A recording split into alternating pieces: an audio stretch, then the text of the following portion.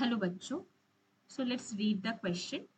The question says, which among the following is incorrect about artificial classification of planty kingdom? Right? तो यहाँ पे इस question में हमारा की कंसेप्ट है artificial classification. Artificial classification, right. अब ये आर्टिफिशियल क्लासिफिकेशन सिस्टम जो है, is one of the oldest system of classification in plant kingdom, right. ये आर्टिफिशियल सिस्टम ऑफ क्लासिफिकेशन में एक्सटर्नल फीचर्स जो भी प्लांट में ऑब्जर्वेबल है उसको बहुत ही ज्यादा इंपॉर्टेंस दिया जाता है. External features, right. अब एक्सटर्नल फीचर्स में भी स्पेसिफिकली किस टाइप के फीचर्स को नोट किया जाता है फॉर क्लासिफाइंग डिफरेंट प्लांट्स. एक तो है मॉर्फोलॉजिकल फीचर्स.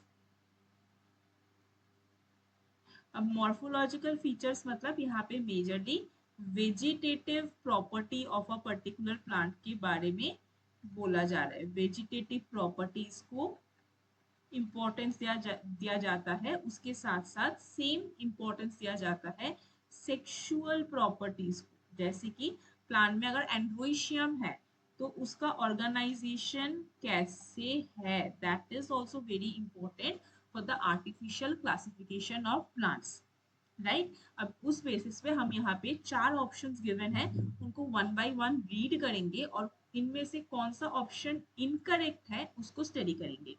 पहला ऑप्शन बोल रहा है this classification is mainly based on external features of a plant then that of their internal features. हाँ, ये ऑप्शन करेक्ट है. इंटरनल फीचर्स पे हम फोकस नहीं करते, एक्सटर्नल विजिबल मॉर्फोलॉजिकल कैरेक्टर्स पे हम फोकस करते हैं. It led the concept of classification in plants, obviously जैसे कि मैंने आपको बोला कि this is one of the oldest form of classification in plants, right. Then sexual organs are given more preference than vegetative organs. ये statement सही नहीं है. दोनों को ही इक्वल इंपॉर्टेंस दिया जाता है, प्रेफरेंस दिया जाता है. सो ऑप्शन सी तो सही नहीं लग रहा. ऑप्शन डी को देखते हैं. Artificial classification classifies closely related species. ये स्टेटमेंट जो है this is also correct, right. तो दैट मीन्स यहाँ पे हमारा करेक्ट आंसर हो जाएगा option C, that is sexual organs are given more preference than vegetative organ. ये बिल्कुल भी सही नहीं है.